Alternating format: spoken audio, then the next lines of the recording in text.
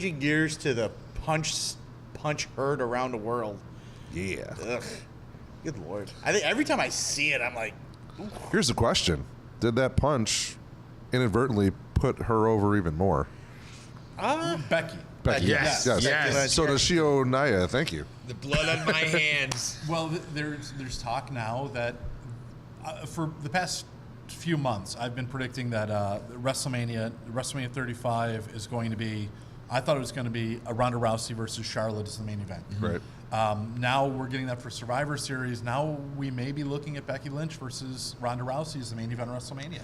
And I mean the real main event, the going on last. Yeah, Yes. that'd be awesome. And right now, it's looking. This injury has actually gotten Becky over more. If she can keep this momentum and energy, I think it is the biggest marquee match that WWE has right now. Now, WrestleMania being in April, this being November, 6 months-ish, we'll say. That's a big question, is can they maintain this for the next 6 months? And how do you book the Women's Royal Rumble? How do you book everything? Right. So you need to have a long-term plan and people dedicated to it. And Becky and Ronda have to continue to deliver. They're doing great so far.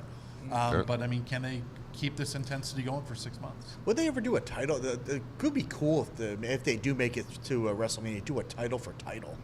You do a unified? You do a unified women's title. Yeah, but we're over here talking about they need more titles because there's too many women and not enough titles. We've talked about they need a tag title, even giving them their own show with a third title, just because there's not enough stage for these women to get airtime.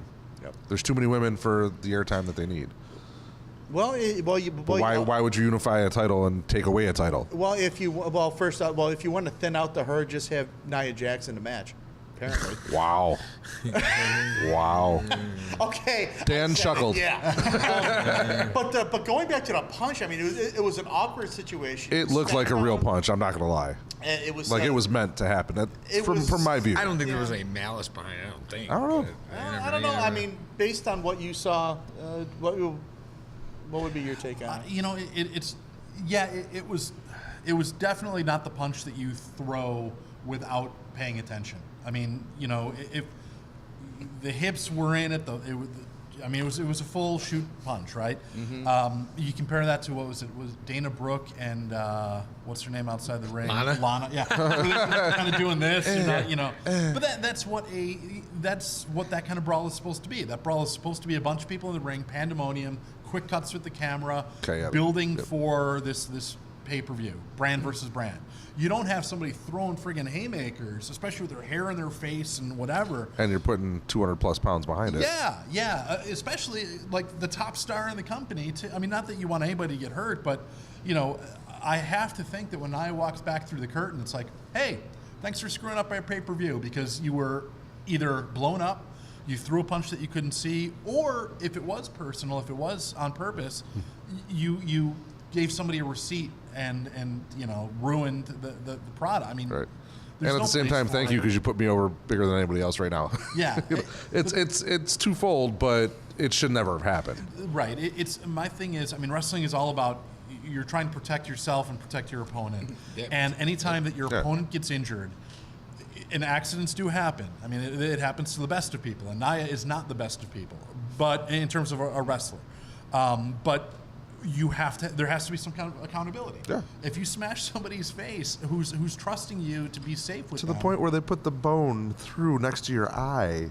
Yeah. That little cut was the bone of her nose. Was it really? Yes. Wow. Sticking through her face. Jeez. And I love the fact that the announcers on SmackDown said she had a broken face. Yeah. Not a broken nose, but a broken face. That's how WWE announced it. Yeah. Broken face. And the thing is, how long is she going to be out? And when she's out, depending on how long she's out, Does she drop a title? How does that affect the momentum that she's spent building up for the last 2 months? This is where you were talking about booking and writing and everything. This is where that comes into play. Spitballing, right? Here are some things that you can do. She's going to be out, say, 3 weeks, 4 weeks, and wait until she passes the concussion protocol. Say you decide, okay, we have them come out and announce on SmackDown that they're stripping her of the title. Fans boo. That obviously, it's terrible. So when she comes back, she's even more, see, everyone's against me. You know, everyone's against me. I'm just going to prove them all wrong. Even more babyface. Now, even more sympathy, you know, because she got screwed over for the title. And maybe what you can then do is have the next 2 months build to recapturing the title and fixing that. Maybe getting a match against Nia Jax, although that'll be a bad match because Nia hasn't had a good match yet. So I wouldn't even try to go down that road. I wouldn't try to, you know. And you're worried about me leaving this place? Well, but you could do that storyline to build up and get the fans even more behind her, more in her corner, and then make the transition to WrestleMania. But whether or not WWE is thinking that far ahead, who knows? well, it just happened. So Yeah, so this is like one of those shock to the system. Well, plus two, you throw her. She's gonna have something to do with that match. Well, you got to be careful. You've got to be careful. If they're pushing the heel side of it, she's a heel. But the thing is, There's a chance she's going to have something to do. I'm not saying she's going to interfere, but something to do with that to build that Ronda Rousey little rift between the two of them. You can push that. You have to be careful though because she can't get physically involved. True. Can she go up to the top of the stage? Yeah. Or something, maybe walk down like halfway. Music hits. And, you know, She can even grab a foot. distraction kind of a thing. Yeah. I could see that, but as far as physically getting No, involved, but that's still getting involved in one way or another. She can still get involved in this match, and it's just going to build the rift between her and Rousey. yeah. Or does she screw over Charlotte Flair and push that boundary a little bit? There's a couple ways she could go. There's a lot of things you can do with that. Yeah, I mean, I'm thinking now like almost a Stone Cold Steve Austin where there's a double down, the ref's down, something happens in the match. All of a sudden she comes out, it's like the glass breaking with a chair and just waffles both Charlotte and Ronda. Yeah, Kind of flips them both off and then bells out. You know, I don't care about either of you. That'd be awesome. Actually. That would be awesome. You don't write for them? You should. Right. That would be They're hiring. awesome. They're hiring.